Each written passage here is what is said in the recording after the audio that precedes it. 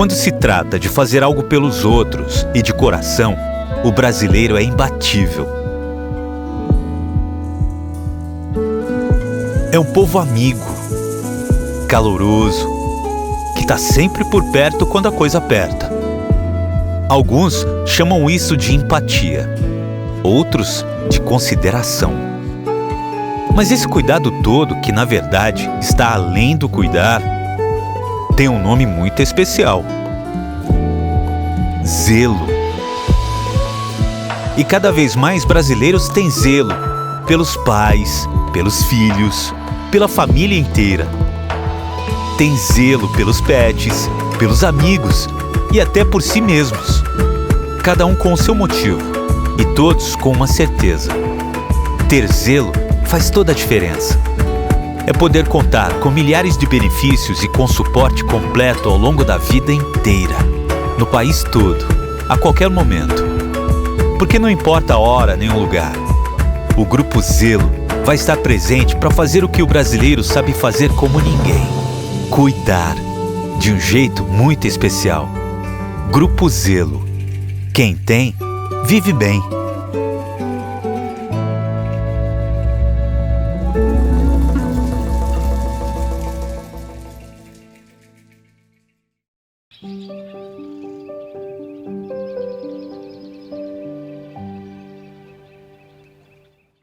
Olá, olá! Que prazer estar aqui com vocês mais uma vez nesse podcast que traz tanta luz à vida de tanta gente, incluindo a minha mesma.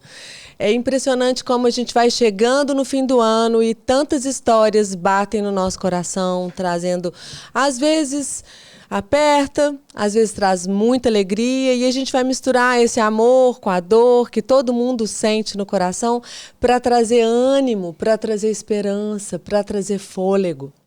E para isso acontecer, a gente tem do lado mesmo, caminhando com a gente no mesmo propósito, na mesma missão, acolhendo tantas famílias num abraço significativo, com bons treinamentos, com pessoas que seguem o mesmo propósito, o nosso querido Grupo Zelo, que acredita nisso fielmente, como nós aqui do Grupo Coxa, que o acolhimento para o momento de maior fragilidade emocional e psíquica da vida de quase todo mundo, esse momento da despedida. E eles fazem isso com muito zelo, com muito cuidado, protegendo a família nesse momento das questões indelicadas. Então o Grupo Zelo vem se mostrando aí no Brasil inteiro com um diferencial humano na hora de acolher essas famílias para esse momento difícil que é a despedida, né? Essa despedida eterna aqui na Terra. Então, muito obrigada, Grupo Zelo, mais uma vez, por caminhar com a gente com tanto carinho nessa missão tão bonita, que é acolher essas famílias no momento da morte.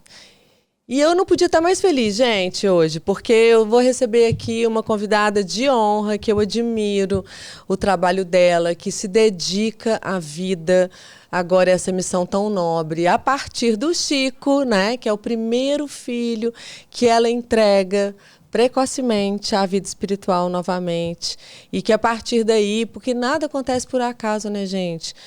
A vida da gente é uma caixinha de mistérios, e a vida da Natália Aguilar também sempre foi, porque o Chico chega e muda a vida dela, caminha a vida dela para onde ela precisa ir. Eu vou agradecer o Chico, então, antes de qualquer coisa, por ter trazido essa mulher para a missão dela, porque a partir dele, ela toca muitos corações.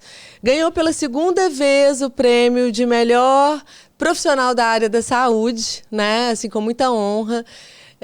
Então é isso, Natália, que prazer ter você aqui com a gente. Já é uma pessoa que, né, eu caminho de alguma forma junto, né? Então, muita alegria ter você. Obrigada por aceitar o nosso convite. Seja muito bem-vinda. Eu que agradeço. Eu estou até um pouco emocionada com esse preâmbulo todo aí que você fez e com o agradecimento ao Chico, porque, de fato, né, ele que me colocou nesse caminho, né? E ele realmente ele é responsável, né, por todo esse trabalho e também por eu conhecer pessoas como você, né? Porque eu falo que todo mundo, né, todas as mães enlutadas que hoje eu conheço, muito se deve ao Chico, né? Então eu que agradeço pelo espaço, eu que agradeço pelo convite, enfim, para mim também é uma honra estar aqui conversando com você, Dani. Que delícia. Então conta. Psicóloga, conta um pouquinho, dá assim um resuminho da sua bio pra gente. Ah, eu sou psicóloga, sou formada desde 2008, nunca tive muita dúvida, né, de que eu queria ser psicóloga, né, sempre depois que eu estava no ensino médio, para mim sempre ficou muito claro que era essa profissão que eu queria seguir. E aí eu prestei vestibular, entrei na faculdade, né, tudo tranquilo. Quando eu saí da faculdade, eu saí trabalhando acho que como toda boa psicóloga, né, saí trabalhando lá em empresa, com RH, porque é um pouco mais fácil, né, esse processo. E com o tempo eu fui sentindo necessidade de atuar mesmo, né, na psicologia como psicóloga clínica. E aí eu vou para a clínica, mas até então eu vou para a clínica de uma maneira mais generalizada, atendendo todos os públicos.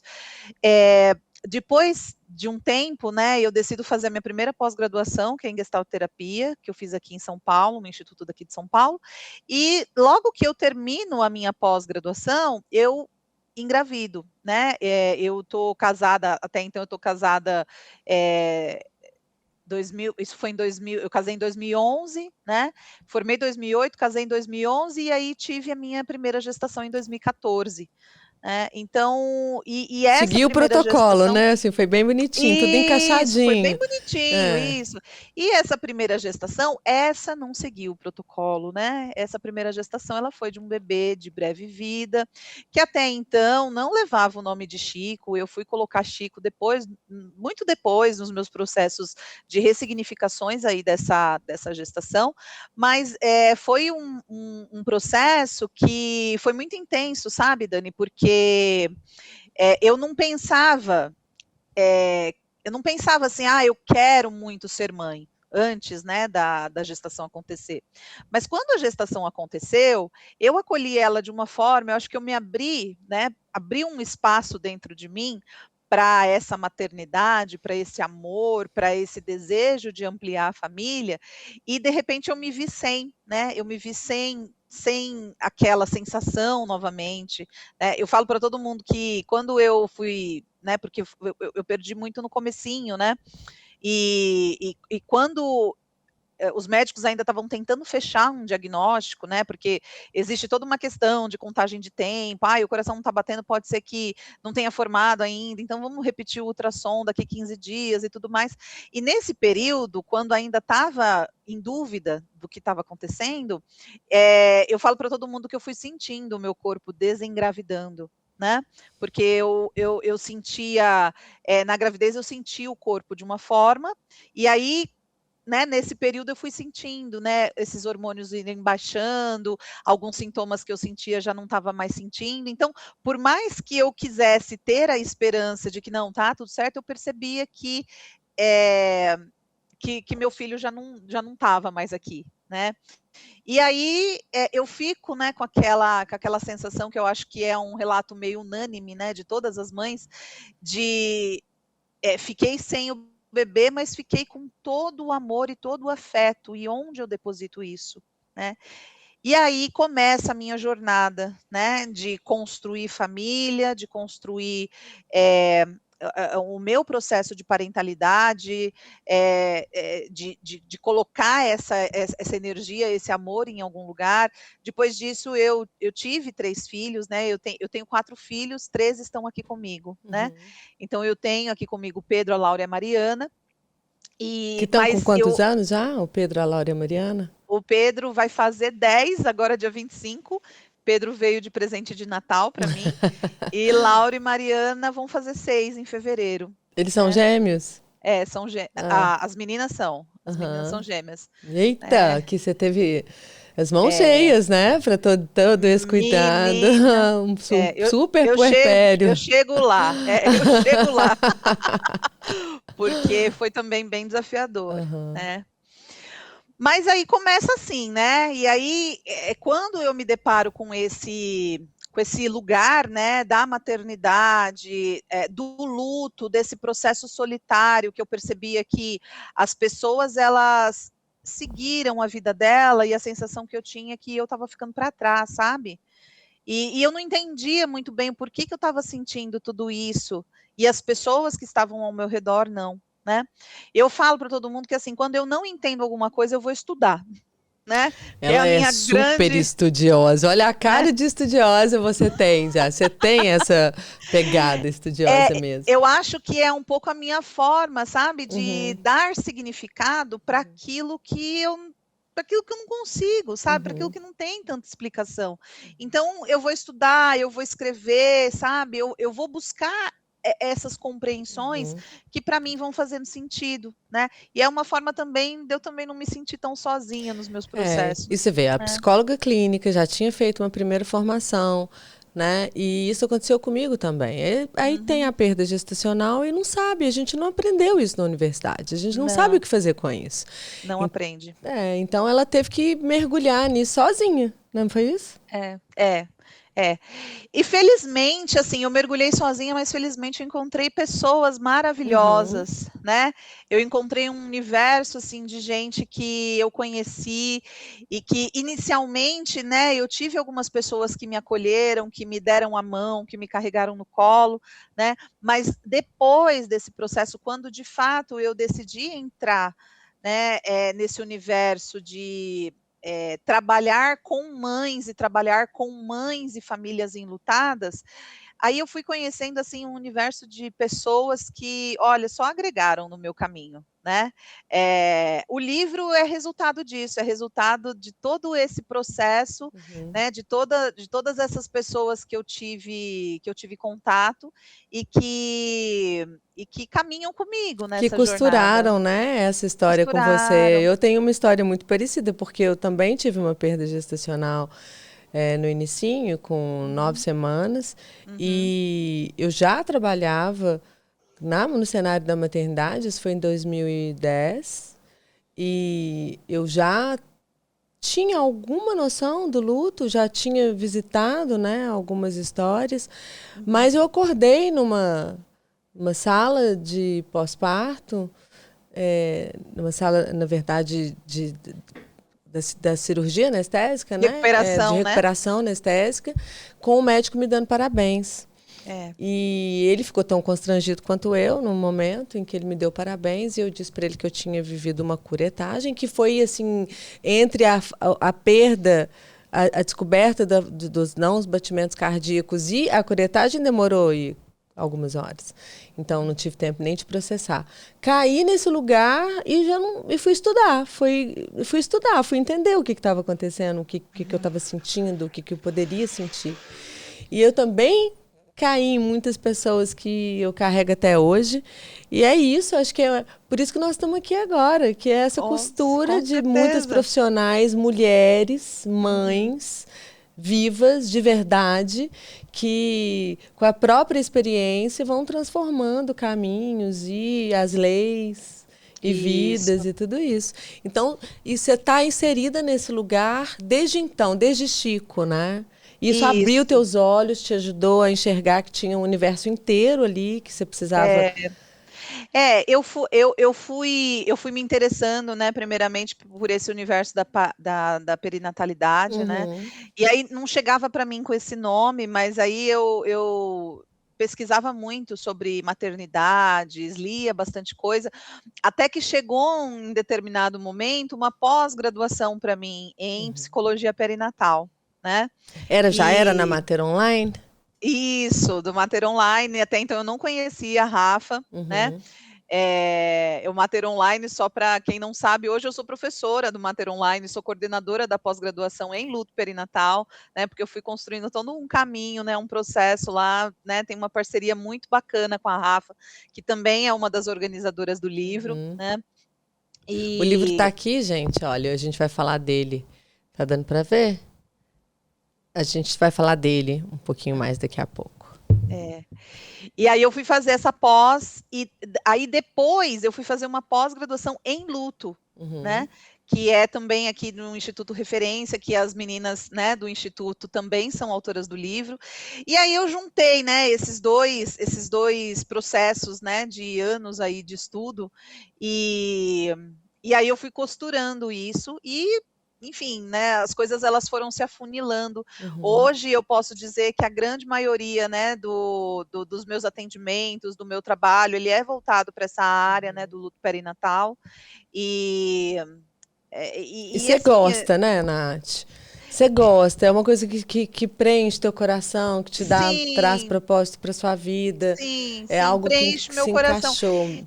Eu falo assim, Dani, que eu penso muito nisso, que eu sonho com um dia que pessoas que não vivenciaram, né, uma perda, possam acolher também, saibam acolher, porque hoje em dia a gente vê um cenário muito grande de assim, movimentos que eu acho que são importantíssimos e eu acho que eles são necessários porque as coisas elas precisam partir de algum lugar, né?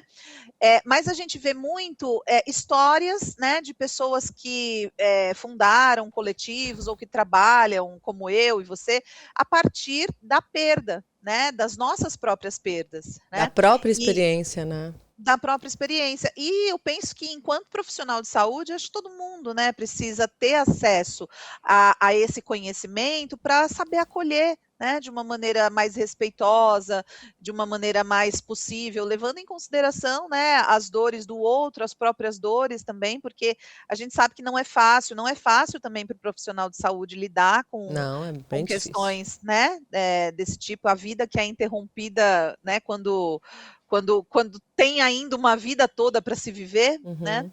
Então o meu trabalho ele vai muito nesse sentido, né? É. E ele foi se construindo a partir do Chico. E é bonito isso que você falou, porque assim, é verdade, é que a gente tem uma dificuldade muito grande em falar sobre o morrer, É. né? Principalmente no nosso país, né? Assim, Uhum.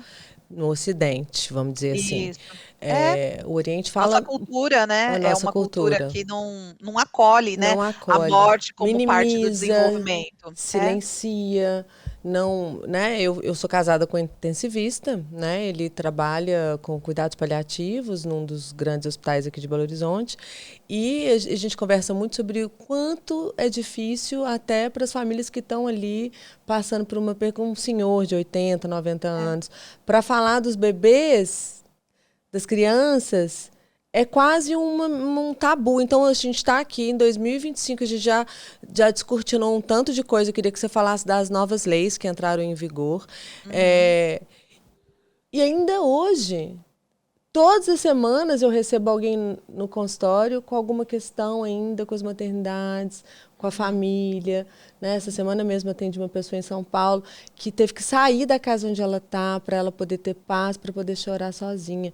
Então, a gente ainda está navegando, estamos aí, cheio de propósitos para chegar nesse lugar que você está dizendo, que um dia o luto vai ser um lugar do senso comum. É, E outras é. pessoas que não necessariamente a mulher que teve, que passou pela perda precoce, vai atuar. Profissionais vão decidir viver esse processo sem precisar ter experiência. Então a gente está navegando Sim. para chegar nisso. Conta pra gente um pouquinho dessas leis novas que entraram em vigor. Você acha que já Então, está fazendo sentido? Você já tem visto alguma mudança? olha, eu vejo que, pelo menos aqui em São Paulo, que é, né, por onde eu acabo tendo um pouquinho mais de contato, eu vejo que já está um pouco diferente do que era, por exemplo, quando eu perdi lá atrás, né? Sim. Eu acho que já as pessoas já falam um pouquinho a respeito. Acho que sim, ainda tem muito a se fazer, né? Porque eu acho que a lei ela vem, né? Eu vou falar um pouquinho, né, da lei da política da humanização, né, do luto materno e parental. Eu acho que a lei ela vem como um pontapé inicial para uma mudança de paradigma, sabe? Porque é um negócio cultural. Eu acho que as coisas elas não vão mudar assim do dia para a noite. Uhum. A lei ela vem, eu acho que para se ter início a essa mudança, né? E Começamos. Começamos, na verdade, assim, já é um processo que vem, né, numa tramitação já desde 2022, que era o Uhum. projeto de lei 1640, Uhum. que estava lá no Senado. Eu não participei diretamente da elaboração da lei, mas, assim, acompanhei as meninas que participaram, acompanho até hoje, né, e tenho contato, né, converso bastante com elas, às vezes eu tenho dúvida, vou lá perguntar, sabe, Uhum. mas basicamente essa lei ela estava para ser votada pelo Senado desde 2022 e ela foi votada em abril desse ano. Então ela foi votada em abril desse ano, foi aprovada e foi sancionada pelo nosso presidente em maio, tá? Graças a Deus. E aí depois entrou um processo de 90 dias depois da aprovação, né, da aprovação da lei, entrou, depois da sanção, né, da lei, da assinatura pelo presidente, entrou um processo de 90 dias para que os órgãos, né, as instituições começassem a se adequar Uhum. às questões que pediam ali para modificação, né, do atendimento. Então, só para dar uma pincelada, né, a lei, ela é uma política nacional de humanização do luto materno e parental. Ela não né, na lei não é sugerido um protocolo, porque nós entendemos que os protocolos eles são mais regionais e que São cada instituição ela vai fazer um protocolo de acordo com os recursos possíveis. possíveis, né? Mas a lei ela preconiza, né? Separação de alas, né? Que são coisas mais básicas que é preciso, né, que se Uhum. tenha, né, em todo lugar, que se pense nisso em todo lugar. Então, por exemplo, a separação de alas, porque a gente sabe que nem você falou, né, você estava lá na área de recuperação e o médico veio, parabéns mãezinha, Com né, que é o jeito que ele você não fala. ia saber, eu estava com outras mulheres e outras parturientes ali, como é que ele ia É, saber? eu não esqueço no seu TED, né, que você fala parabéns mãezinha, né, que você É. começa desse jeito. Parabéns, mãezinha acaba com a gente, Mãezinha, né? acaba com a gente, né, É, e o porque parabéns, mãezinha, foi demais. aí perde-se toda a identidade também da pessoa que se é, né. Mas eu vivenciei isso também, né, eu lembro assim, como se fosse ontem, das mulheres passando por mim com aquele curativo na barriga de uma cesárea que haviam acabado de passar, e eu ali, né, tentando elaborar tudo o que tinha acontecido comigo.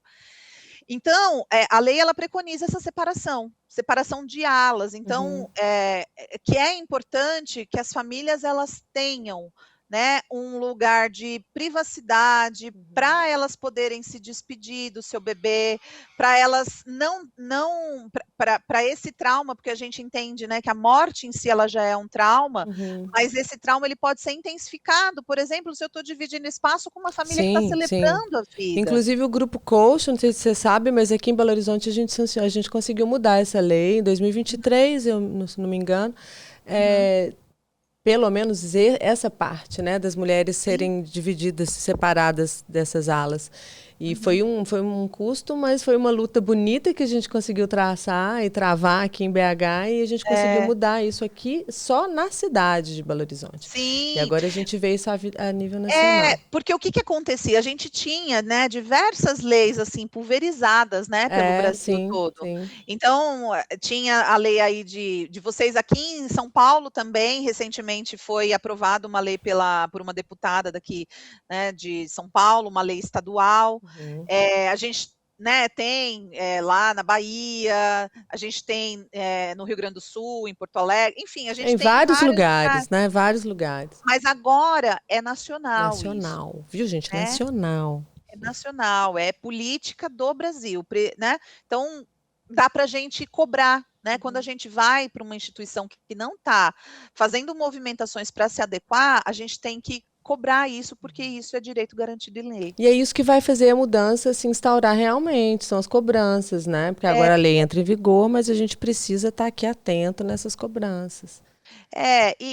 na verdade a gente fala muito a respeito disso no luto, porque a gente entende que o luto ele não é um processo de adoecimento, ele é uma reação. Só que ele pode virar um adoecimento à medida que esses traumas, eles vão sendo sobrepostos, né? Então, porque não é traumático o evento em si, né? O advento em si pode ser, mas não necessariamente. O que causa o trauma é o posterior, muitas vezes, é o processo in loco e como esse luto vai ser vivenciado desde o processo ali na maternidade. E aí uma outra coisa também, né, que a lei preconiza, que é super importante também, que é a questão da certidão do natimorto, ela poder vir com o nome, né? Também era uma outra lei que também era uma outra preconização aí, né, que era muito pulverizada, tinha lugares que faziam, lugares que não faziam, e agora também está na política nacional que as famílias que quiserem colocar na certidão de natimorto o nome do bebê, elas podem. E aí é interessante porque a lei ela começou, né, ter validade em agosto desse ano. Ela foi sancionada, né, em maio, né, e aí foram 90 dias, em agosto ela entrou em vigor. E muitos lugares ainda nem sabiam, né, eu recebi relatos de pessoas assim, mas eu fui registrar e o cartório falou que não podia. Falei, não, agora pode, porque agora temos uma lei, então o cartório ele ainda não se atualizou. Não está informado. Né? Pessoas que precisaram levar a lei para falar, olha, agora está em lei, né? E aí o cartório foi e refez a certidão, porque só para título de curiosidade, a partir de 20 semanas, 20 semanas, o bebê ele já é considerado um bebê natimorto, né? Para fins de legislações, né? Ele já é considerado um bebê natimorto. E aí é emitida uma certidão, né? Certidão de natimorto, que é aquele bebê que morre na barriga da mãe, né? E 24 semanas, né? A literatura ela diverge muda um pouquinho, pouco, né? Tem um pouco de diferença, né? Tem autores que falam eu já vi de 20 a 23 semanas, né? Mas para fins, né, da emissão da certidão de bebê natimorto, é 20 semanas, né, que o Conselho Regional ele leva em consideração 20 semanas, ou 500 gramas, ou 25 centímetros. Sim, né? 500 Então, ele gramas leva em consideração esses parâmetros. Né? E aí, esse bebê, ele tem a emissão da certidão de natimorto. Antes disso, é considerado uma perda gestacional e aí não tem documento. Não tem enterro, né? não tem nada. Isso é outra coisa que ainda traumatiza muitas mulheres, né? A gente tem um TEPT muito grande ainda no primeiro trimestre gestacional. Com certeza. E aí, essas certidões, elas eram emitidas só assim, né? Certidão de natimorto. E aí eram emitidas assim, certidão de natimorto de fulano de tal, e fulano de tal, nasceu, nananana. E aí, para quem perde, né, é importante a gente concretizar, né, que aquele bebê existiu de alguma maneira. E a gente ter a possibilidade de colocar o nome desse bebê, porque esse bebê morreu, mas ele já tinha nome. Exatamente. E a gente viu, o Grupo Coxa surgiu, inclusive, né, entre a demanda da perda gestacional da Mônica Nardi, né, quando a Cecília morre, e ela posta a foto da Cecília no caixão, que era a única foto que ela tinha. Também teve o caso que a Paula ia fazer várias fotos nas maternidades dos bebês que estavam nascendo e via lá a plaquinha de uma outra, Decesso 24. E aquilo chamava muita atenção, né? Decesso 24, as famílias tristes, chorando. E hoje aqui em Belo Horizonte a gente vê algumas maternidades já colocando outras coisas na porta. Tem uma rosa, tem uma maternidade aqui que coloca uma rosa, porque é desumano desde a plaquinha na porta. Sim. De como eles se referenciam ao que está acontecendo dentro daquele quarto. Né? Então a mulher não tem um filho que não tem cara, não tem vida, não tem identidade, não tem nome. Então é um lugar de muito vazio, muito vazio. Essa lei vai ajudar a gente a conseguir transformar isso aos poucos num processo mais humanitário, né? Com mais humanidade mesmo. Sim, com certeza, e é o que eu acredito muito, né? No sentido assim, né, das instituições irem já se adequando, sabe? E compreendendo, né, que ali teve uma vida, houve, né, existiram muitas expectativas em relação à vinda desse bebê, e aí quando esse bebê não vem, né, a gente precisa, de alguma forma, oferecer um suporte para essas famílias. Outra coisa que a lei preconiza também é suporte psicológico a essas famílias que são, né, que passam por esse período de enlutamento, né, a possibilidade da despedida, então e basicamente, né, para que tudo isso possa acontecer, que é outra, acho que a mais importante, é capacitação dos profissionais, Pois é, a gente né. tem 1% só de psicólogos perinatais nesse país, não é isso? Mudou É, 1%? não, não, Ainda temos 1%? Pois é, então tem que ainda tá, capacitar até para esses profissionais chegarem até as maternidades, né? Não é isso? com A certeza, gente, sim. essa informação me conta. Tem psicólogas perinatais nas maternidades hoje em São Paulo? Porque São Paulo é onde tudo Não em começa. todas, Não, não, né? não, na grande maioria não Raro tem. ter, né? É raro ter. É raro ter psicóloga perinatal e mais raro ainda psicóloga que tenha alguma formação, alguma capacitação em luto, Aham. porque, eu falo assim, né, pelo menos aqui, né, falando enquanto psicóloga, né, um psicólogo que se forma achando que não vai trabalhar com luto, que fala assim: "Não, bate na madeira 3 vezes que eu não quero saber de trabalhar com luto, porque é muito difícil", gente, escolheu a profissão errada, porque a gente vai trabalhar com luto o tempo Tempo todo. todo, isso é muito bem dito, é isso. Quando a pessoa fala, não, não trabalho com escutas de médicos. Não, não, meu, Pois meu cenário como não é. assim, né? E não trabalho nem com gestantes, nem com morte, nem com mulheres grávidas, nem com luto gestacional. É. Como não, gente? Está no nosso entorno, né? Na nossa história aqui, nós duas. Você teve uma perda gestacional, eu também. Minha mãe teve, sua mãe teve? Não, A minha não, minha mãe não bisavó teve. teve várias, a minha avó. A gente tem um cenário e a verdade é que se não é você, é alguém muito próximo. E eu acho que a gente precisa, né, entender que, no nosso desenvolvimento, né, a gente vai vivenciar vários lutos, né, até quando a gente volta para casa com um bebê no colo, Uhum. né. Eu vivenciei, quando eu tive o Pedro, eu vivenciei um luto tremendo no meu puerpério, né, o Pedro é o meu filho O que vem depois Pedro, do Chico, aham, né. então nasceu o Pedro e o Pedro primeiro, né, que tem 10 O anos Pedro hoje. primeiro, ele tem 10 anos. Eu Como é que foi vivenciei esse luto? um puerpério, assim, das Danado, cavernas, sabe, danado. danado. Eu falava assim: "Gente, cadê eu? Onde é que eu tô nesse Aham. Você meio, acha que nesse". você teve depressão perinatal? Eu não acho que eu tive depressão, depressão, né, no perinatal, né, eu acho que eu tive no pós-parto. Eu acredito que eu tenha levado muita coisa da minha perda Pra gestacional, lá. né, pra lá, né, coisas que foram ficando mal resolvidas, coisas que foram, se acumulando, né, uma série de coisas também, e e aí foi um puerpério muito difícil, né, foi um puerpério que eu falo assim, né, o Pedro ele era meu grude, né, ele era aquele bebê que ele só queria ficar grudado, grudado, sabe, no pele a pele. Sei.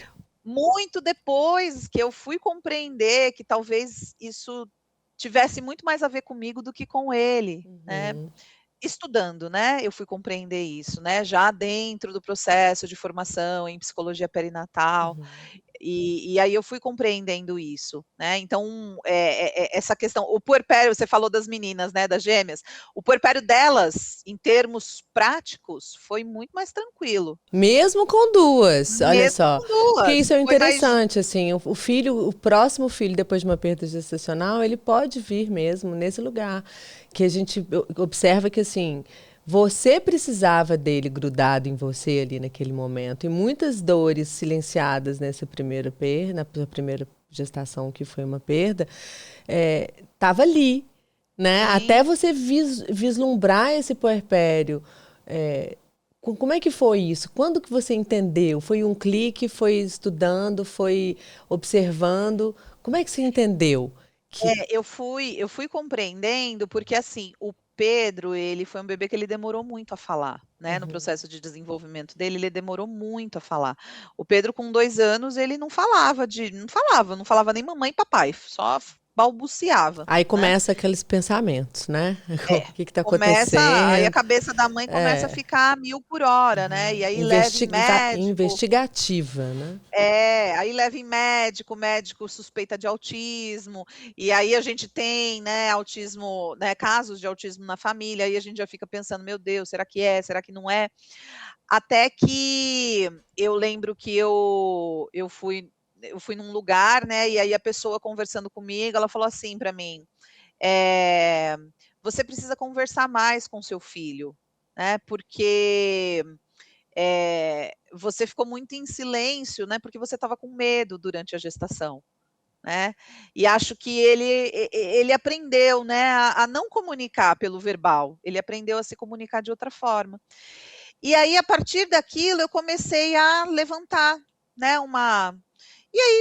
eu comecei a conversar um pouco mais, a estimular um pouco mais, mas a grande virada de chave, né, acreditem se quiser, foi o nascimento das meninas. Olha, que interessante.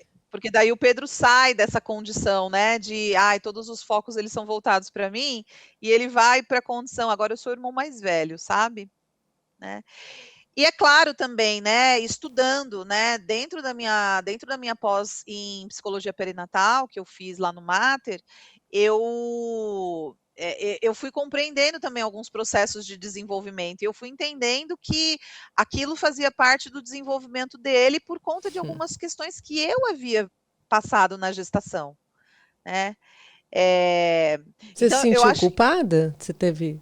culpada? Não, não culpada, mas acho que a gente fica, né, num estado de alerta muito grande, né, Dani. Eu depois eu fui, né, voltar para trás, do ponto de vista biológico, na gravidez do Pedro, eu não tive nada, mas do ponto de vista emocional, eu me lembro de cada ultrassom. Eu super Aflição, tensa. tensa. É um.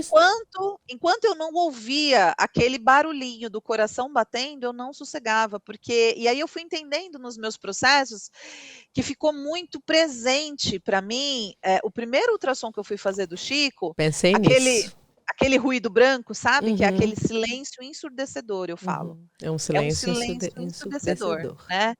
E a voz daquele médico falando: "Não tem batimentos", Uhum. né, de uma maneira bem fria, e eu não sabendo muito bem o que que aquilo significava, Não é né. um trauma explícito, mas é um trauma, né? Sim, Tá aí instaurado que você foi vivenciando em silêncio sim, no sim. decorrer da gestação do Pedro. É.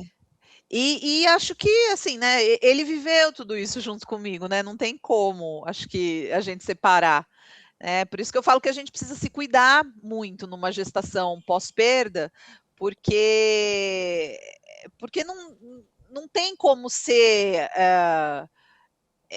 vamos dizer assim, não tem como seguir, né, os protocolos, porque não tem como você apagar a experiência Não. anterior, E, né. e é cura, né? Assim, eu tô escutando você falar e aí eu penso, é isso que vem pro meu coração, assim, tanto você quanto o Pedro tiveram a oportunidade de viver essa potência que é estar ali unido dentro dessa maternidade, nesse processo de cura, porque cura teu coração, ele, e hoje, com as meninas, eu imagino que depois do seu puerpério de gêmeos, né? Ter De sido gêmeos e na pandemia, de tá. gêmeos e na pandemia, olha isso, tá vendo? É. É.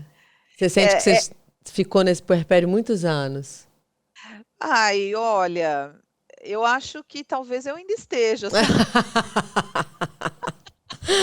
Eu acho que eu também tô Não, no puerpério com um filho adolescente, que é mais ou menos. eu acho que vão mudando as demandas, né, mas, eu acho que a gente enquanto mãe, a gente está em constante processo de adaptação o tempo todo, E né. é tão importante você falar isso, porque é libertador para todas as mulheres escutar É, essa é, fala. Porque a gente, sociedade como um todo, espera, né, que a gente é. fique redondinha em algum momento. Aham. E é um looping atrás do outro em todos os aspectos, né? Eu tô aqui entrando na menopausa com a minha filha começando a menarca, né? Assim, Uhum. então é muito é sofrido em alguns pontos, mas muito bonito em tantos outros, porque é uma redescoberta de tantos processos da vida Uhum. e vivenciar tudo isso, olhar para trás e ver tudo que eu já naveguei dentro dessa maternidade, tudo que isso me trouxe, é muito satisfatório. Sim, sim, com certeza. Eu falo que hoje eu tenho um pouco até de dificuldade de lembrar da minha vida sem as crianças nela, né? Porque hoje, por mais que a gente esteja sempre correndo, a gente esteja sempre cansado, a gente esteja sempre olhando para o bem-estar deles, né? Porque não vamos romantizar, né? Maternar é um negócio que nutre muito, me nutre muito, mas dá um trabalho do Não, caramba, exige né? demais. E a gente Exige escuta demais, das né? mulheres, né? E isso e graças a Deus hoje a gente pode falar essa frase: eu amo meus filhos, mas não gosto de ser mãe. Tem muitas mulheres É, que expressam isso. E é bonito a gente poder ter essa liberdade, né? A gente está no caminho, assim. Eu uhum. vejo que você no seu trabalho, Natália, esse livro, conta pra gente como é que esse livro surgiu na sua cabeça? Qual foi tem muita coisa para falar desse livro. Esse livro é maravilhoso, gente. A gente vai deixar o link para vocês comprarem ele no online, né, no digital. Mas eu queria que você falasse, surgiu assim de um sonho, de um desejo? À medida que eu fui estudando, né, me aprimorando mais dentro da temática, eu fui me deparando com uma ausência, né, de materiais falando a respeito, né? E sempre que eu me deparava com materiais a respeito, eu me deparava com materiais, mas muito com a visão, das mães, das famílias enlutadas. Então, a gente encontra, né, materiais que falem, né, do sentimento, né, os relatos das mães, o relato das famílias, dos pais, dos avós, né? E eu falo que assim, todo lugar que eu entro, eu falo que eu sou a chata do profissional de saúde, sabe? Eu entendo que se a gente não começar capacitando pela ponta, a gente não tem pessoas acolhidas, É né? verdade. A gente precisa, é claro que quando chegam pessoas, né, para eu acolher, é claro que eu acolho, né? Mas a gente precisa ter um olhar muito especial e muito importante para esses profissionais de saúde, né? Então, esse desejo desse livro, ele surgiu muito desse lugar, né, de se ter material, de se ter mais Educativo. material, né, para profissionais de saúde, e aí eu entrei, né, eu me deparei com uma certa ausência, uma escassez, né? Hoje, eu acho que anterior a esse nosso material, né, se a minha, né, memória não estiver enganada, a gente tem o livro, né, que a Heloísa Salgado e a Carla Polido publicaram em 2018, não sei se foi 18 ou 19, né, que é o Luto Perinatal, que também é uma literatura importantíssima, Uhum. né? A gente teve um que foi publicado pelo Instituto do Luto Parental, né, que faz um mix de teoria com relatos, né, com experiências, né, também é um livro importantíssimo, Uhum. né? É, mas é isso, né? Tem o Aí Tratado parece de que Perdas e Lutos, mas não fala só do luto perinatal, é um compilado de várias coisas, né? Isso, isso. E, e assim, a gente precisa de materiais e a gente precisa de materiais atuais o tempo todo, né? Uhum. Então, eu acho que esse livro, ele surge desse lugar, Uhum. né? Desse desejo de criar um material que esteja, né? Reunido os principais pontos aí, né? Da temática do luto perinatal, né? E aí eu me tornei, né? Eu recebi o convite da Rafaela ano passado para coordenar a primeira especialização Uhum. em luto perinatal do país. Então eu recebi o convite dela, aceitei com muito amor, Então, carinho, né? Muita honra. É, e aí eu falei para a Rafa, conversando com a Rafa, né? Eu falei assim, Rafa, a gente tem pouco material e muito dos materiais que a gente tem está em inglês, né?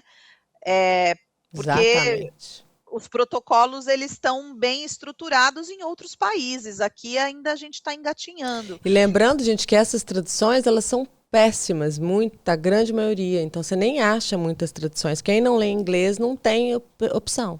É. E aí eu falei, a gente precisava construir um material que servisse de base, né, para pós-graduação, né, em primeiro lugar, e para as pessoas que querem, né, estudar um pouco mais a respeito da temática, né. E daí eu falei: "Vamos organizar um livro?", né, e ela topou. E ela falou para mim, ela falou assim: "Eu não tenho tanto contato com pessoas, né, que trabalham diretamente com luto, eu tenho contato com a Helenice, que é a outra organizadora", e aí chamamos a Helenice também. A Helenice, ela é professora da Unesp de Botucatu, né, dentro da área, né, de medicina fetal, e ela trabalha muito com a questão do luto perinatal. Ela trouxe também alguns convidados, e aí eu fui convidando as pessoas. E, gente, eu estou dentro desse livro, o Grupo Coxa tá dentro desse livro, e eu vou Sim. falar com muita honra, porque só tem gente fera aqui. Tem uma... Porque, além de tudo, ela é RP, faz relações públicas, a Natália. Ela gosta de, né, de agrupar pessoas. Estou errada? Não. Então, assim, foi fazendo esse caminho e trouxe muita gente bacana. O livro tá demais, gente. Assim, tá É. muito informativo, tá? Tem, assim, olha, tá aqui a Rafaela, Natália Aguilar, tem Helenice Bertanho, a Luísa Volpato, tem a Heloísa Salgado, né? Raquel Pinheiro, tem um monte de gente maravilhosa aqui, olha, tem... Então, quer falar de um pouco? Eu fui fazendo, né, os convites. Eu falo, na minha vida, eu vou muito sem pretensões, sabe, fazer as coisas. E eu fui fazendo os convites, né, despretensiosamente, né, Todo mundo falando falou assim: "Bom, sim. eu vou convidar, né, se a pessoa aceitar, ótimo", né. E aí o pessoal foi falando: "Sim, não, ó, qual é o prazo? Ah, tá bom, acho que dá e tals", né. E aí a gente começou esse processo de organização no começo do ano, né. E aí as pessoas foram entregando capítulos belíssimos, E o mais sabe, legal, que assim, que a gente que está tão inserido nesse contexto, a gente tem dificuldade de escrever.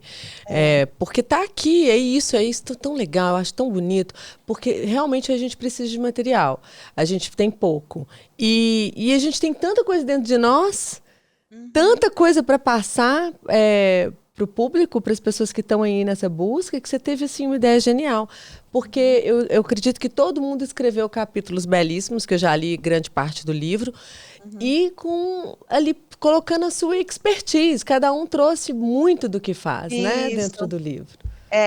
E eu falo que, assim, as pessoas, elas foram escolhidas a dedo mesmo, para falar cada um dentro da temática, né, que nem chamei vocês do Grupo Coxa para falar sobre a fotografia, né, Uhum. que é uma coisa tão importante no processo de despedida, que a princípio, né, muitos pais podem não querer, mas é sempre importante eles terem a opção de escolher um tempo depois, mesmo que eles não queiram olhar para aquelas fotografias ali naquele momento. Se mais na frente eles quiserem, eles têm, porque ali vai ser o momento, o único dia, o único momento que você vai ter ali de contato com o teu filho, E a né. fotografia, ela abre o caminho para os rituais de despedida, que não é só Isso. sobre a foto do filho em si, especificamente. É sobre o histórico daquele momento. É sobre a construção daquele momento.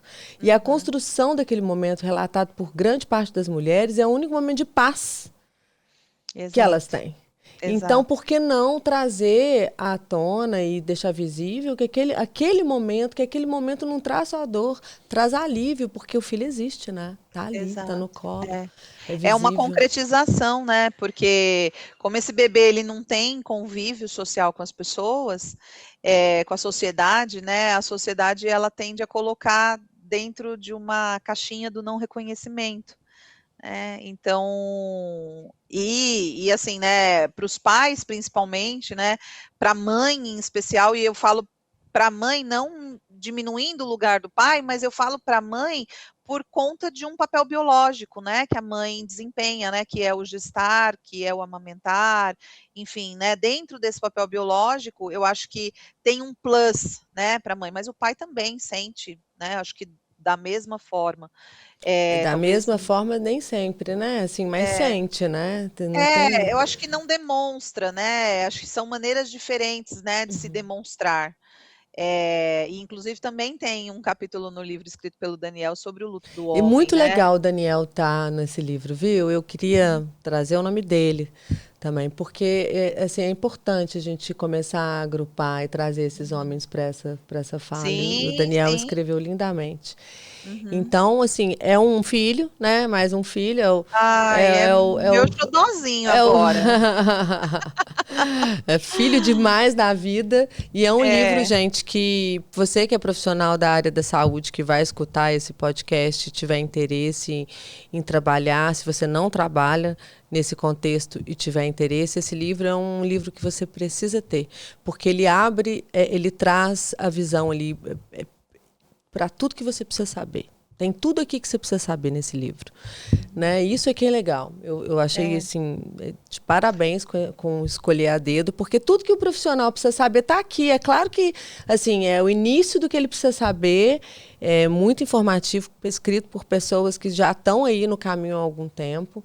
Uhum. E é isso, é lindo, assim, que você está nesse caminho, nesse propósito. Então, desde 2008, estamos aí fazendo muitos anos, o quê? Uhum. Quase 20 anos nesse processo, É, né? é, é. E, E acho que assim, né, é o que você falou, né, a minha preocupação no livro foi falar, né, sobre esses pequenos aspectos, né, não pequenos, mas aspectos muito particulares dentro do luto perinatal, porque quando a gente pensa, né, o luto perinatal, quando a gente vai é, é, colocar esse tema em perspectiva, né, colocar um olhar sobre esse tema, a gente vai muito de encontro com o luto da mãe, né? E claro, a mãe vivencia, né, um luto tremendo. Eu mesmo estou falando aqui, né, que eu tive a sensação de que quando eu perdi o meu bebê, quando eu perdi o Chico, a vida de todo mundo foi para frente e a minha ficou, né?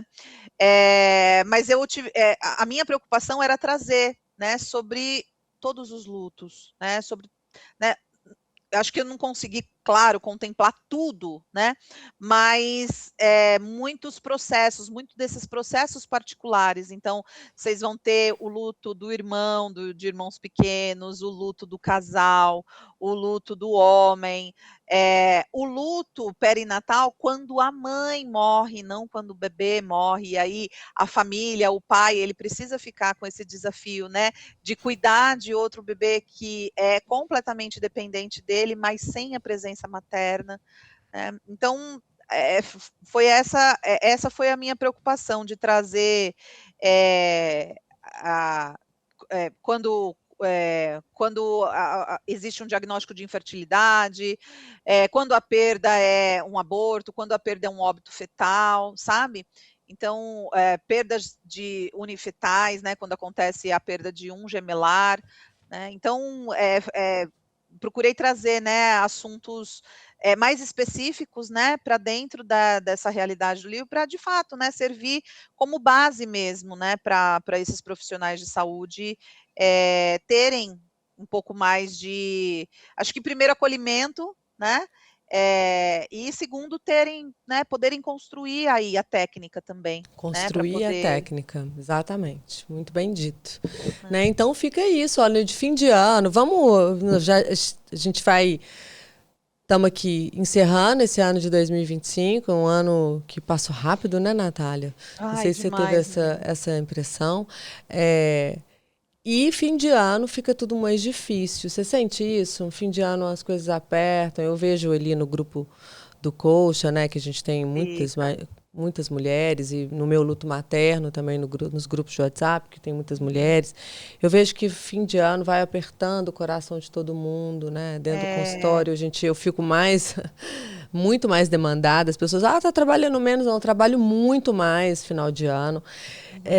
O que conta pra gente, assim, deixa uma palavra para essas mulheres, para esses homens, para essas famílias que estão atravessando esse momento. é. Eu acho que o final de ano primeiro que tem aquela coisa, né, de se celebrar, né? Temos que celebrar o final do ano, né? Com festas, com comemorações, né? Existe essa cultura. E parece que se você não quer comemorar, se você não quer celebrar, parece que você está fora da casinha. E às vezes a gente não quer mesmo, às vezes a gente não quer contato com pessoas, porque primeiro que quem passou por uma perda gestacional ou neonatal, muitas vezes vai se remeter a esse momento. Poxa, era para o meu bebê estar aqui comigo comemorando essa data que a gente comemora em família, geralmente, né? E está faltando um pedaço. Então, às vezes, essa família, esse pai, essa mãe não vão querer comemorar. Eu acho que existe também uma pressão de que a gente precisa fechar o ano comemorando tudo que deu certo, né? Ou que era para ter dado tudo certo. Né? Acho que existe um pouco, né? Isso que ronda a gente, né? Não, esse ano eu conquistei muitas coisas fazendo a retrospectiva e às vezes eu falo que assim, né, diante de um sofrimento desses, só o profundo fato de você conseguir levantar da cama, de você conseguir fazer as suas coisinhas básicas, já é uma conquista muito grande, né? E aí eu acho que a palavra que eu deixo é que assim, a gente precisa fazer aquilo que é possível para a gente, ter um pouco mais de generosidade com os nossos processos, com os nossos estados, porque nem sempre a gente vai conseguir ir na onda de todo mundo, e nem deve. A gente precisa viver o que se tem, né? E se o que se tem é o luto, né? A gente precisa vivenciá-lo para Inteiramente. acho que até para honrar, né, a existência daquele ser, né, que foi tão importante, tão significativo para a gente. É, muito bem dito. Vou só acrescentar assim que a gente tem uma necessidade, né, de colocar aí uma barreira entre sentimentos que a gente considera nobres e sentimentos que a gente considera não nobres. Então, chega fim do ano, a gente também olha para o sucesso e para o fracasso como se fossem, como se tivesse uma linha que se separasse eles assim tão bem. Isso é uma ilusão. A verdade é que os sentimentos, todos eles são nobres, independente se seja se for uma dor, ou uma raiva, ou uma tristeza. Tudo isso está caminhando a gente para algum lugar, um lugar de crescimento, um lugar de introspecção, de autoavaliação, de autoconhecimento. E fim de ano a gente chega aqui achando que tudo que a gente conquistou, sucesso. E eu falo muito isso que você acabou de dizer, assim, nossa, tem hora que só de respirar, de estar vivo, de conseguir ter alguma coisa para comer. Então a gente tem que festejar e olhar para o sucesso, às vezes atravessar aquele mar de lama, aquela dor profunda, e estar ali atravessando, né?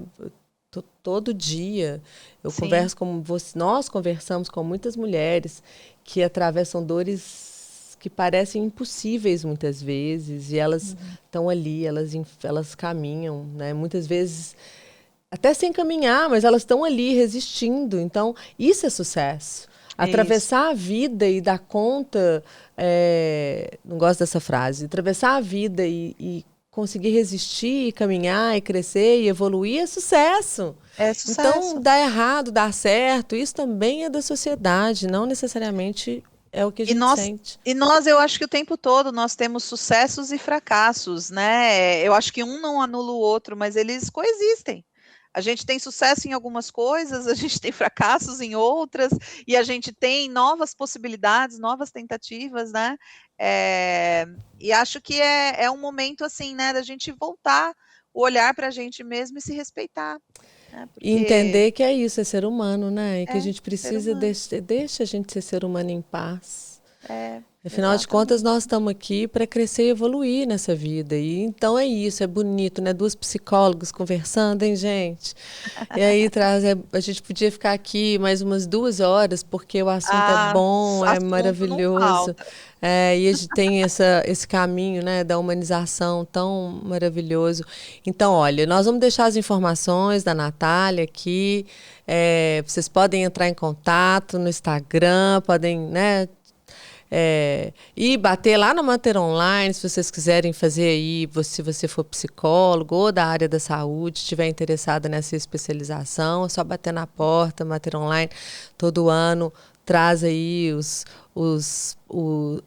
cursos, né, de pós-graduação. Natália está à frente do luto, mas também tem umas aulas ali no ciclo gravídico puerperal, não tem? Aonde você diz? Na Mater Online, que você também tem umas aulas Ah, dentro da eu formação tenho um módulo, né, dentro não é do ciclo gravídico, é da psicologia da hospitalar, eu tenho psicologia hospitalar. um módulo de luto, tem a pós-graduação e em fevereiro vai ter uma outra pós que eu também vou coordenar, que é a pós de teoria do apego. Olha que legal, gente. Tá vendo? Que beleza. Ela gosta de estudar, tá? Ela gosta, ela adora. Não vai parar tão cedo. E o Não, trabalho, amei. e o mais legal, gente, é que é isso, assim, é pra gente que começou ali, até com as nossas próprias perdas, ela em 2008 ou em 2010, a gente vem participando das transformações, das mudanças, e a gente olha para frente, eu olho para frente agora e falo, gente, nossa, daqui 25 anos a gente vai ter plantado muitas sementes, a gente vai ver essas árvores crescendo e virando É, uma floresta, assim eu é. espero. Né? Ai, Então também. eu vou ler só esse trechinho aqui da partida para vocês, do Ai, é lindo. livro do Bruno Gouveia, que fala assim: a morte de um filho é uma gravidez às avessas. Volta para dentro da gente para uma gestação eterna. Aninha-se aos poucos, buscando espaço, por isso dói o corpo, por isso o cansaço. E como numa gestação ao contrário, a dor do parto é a da partida, de volta ao corpo para a acolhida, reviravolta na sua vida. E já começa te chutando, tirando o sono, mexendo os órgãos, lembrando ao dono que está presente, te bagunçando o pensamento, te vazando de lágrimas e disparando o coração. A morte de um filho é essa gravidez ao contrário, mas com o tempo. Com o tempo, vai desinchando até se transformar numa semente de amor que nunca mais sairá de dentro de ti. Do Bruno Gouveia é isso. Que lindo, né? Que lindo, é lindo. Esse poema é lindíssimo. Eu falo que ele está presente assim, acho que 90% das aulas, dos papos que eu não tinha outro para colocar aqui como Gravidez às epígrafe. avessas é a coisa mais maravilhosa do mundo. É. Então eu queria que E você... só complementando, o Bruno, ele tem uma fala, né, num programa que ele participou, que ele fala assim, né, que todo sentimento, quando a gente não tem para onde encaminhar ele fica dentro da gente e ele acaba se tornando tóxico. Até o amor. Então ele fala, esse poema ele fez a partir da morte do filho dele, né? Para quem não sabe, o Bruno Gouveia é o vocalista do Biquíni Cavadão, né? E que o filho dele hoje, a Letícia, é da mesma sala do meu filho. Jura? Juro. Olha! Eles estão colegas de sala. Que legal.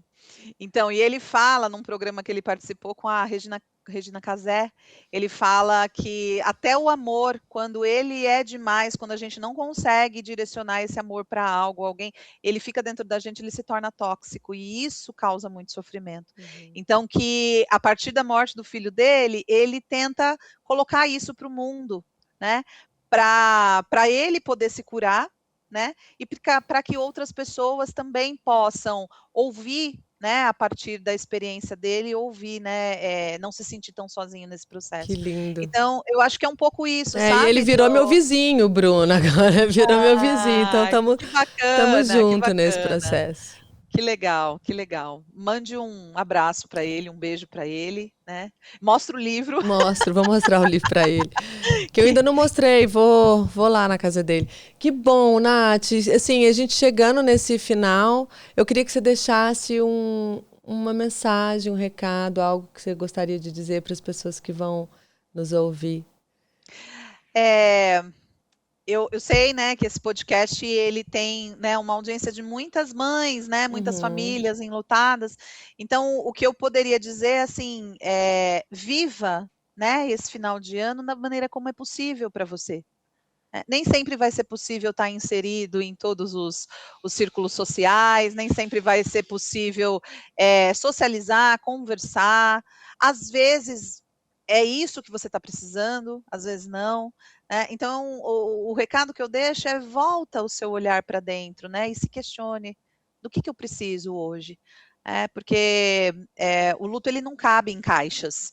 Não existe uma única forma de se lidar com o luto, de se atravessar o luto. E, né, não precisa ser sozinha também, essa travessia. No mínimo tem todas nós. Estamos aqui. No mínimo tem todas nós, estamos aqui, exatamente. Nath, foi um prazer terminar esse ano com você, viu? Muito obrigada, muito obrigada. Adoro o que você fala, o que você traz, seu olhar, as suas palavras, né? Sempre com muito cuidado, muito respeito. Então, muito obrigada pela sua presença, pelo seu aceite em estar aqui com a gente. Eu fico muito feliz, viu? Ai, Dani, eu que agradeço. Para mim é sempre ter espaço para falar um pouquinho do meu Chico, do meu trabalho, é sempre uma imensa honra. Eu que agradeço. Né? E seguimos juntas aí nesta parceria. Só para te sinalizar, né? Você está em BH, né? Próximo evento presencial do Mater Online vai ser aí, tá? Que beleza! As inscrições já estão abertas, né? E de repente você está aí, de repente é uma oportunidade. Vou com certeza. Onde vai ser? Onde vai ser o evento? Na Hotmart. Que beleza. Eu não sei muito bem onde é não, mas vai ser na Hotmart. Já conversei com qual evento que é esse que eu vou procurar aqui? É assim, o Mater Online, ele é uma instituição que oferece cursos, na sua grande maioria, online. Mas uma vez por ano, a Rafa, ela faz um encontro presencial. Já tem 4 anos seguidos que ela faz.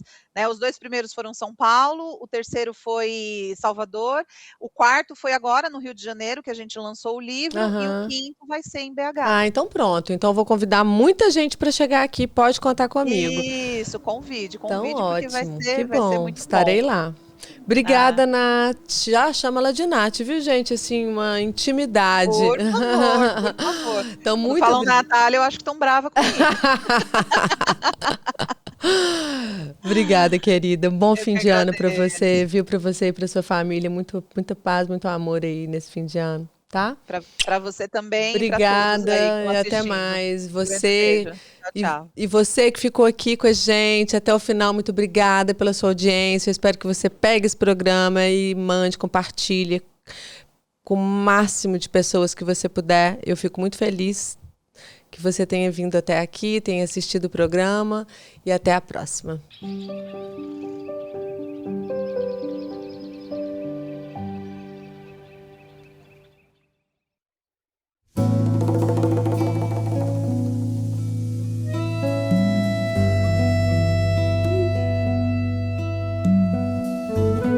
Quando se trata de fazer algo pelos outros e de coração, o brasileiro é imbatível. É um povo amigo, caloroso, que está sempre por perto quando a coisa aperta. Alguns chamam isso de empatia, outros de consideração. Mas esse cuidado todo, que na verdade está além do cuidar, tem um nome muito especial: zelo. E cada vez mais brasileiros têm zelo pelos pais, pelos filhos, pela família inteira. Tem zelo pelos pets, pelos amigos e até por si mesmos. Cada um com o seu motivo e todos com uma certeza: ter zelo faz toda a diferença. É poder contar com milhares de benefícios e com suporte completo ao longo da vida inteira, no país todo, a qualquer momento. Porque não importa a hora nem o lugar, o Grupo Zelo vai estar presente para fazer o que o brasileiro sabe fazer como ninguém: cuidar, de um jeito muito especial. Grupo Zelo. Quem tem, vive bem.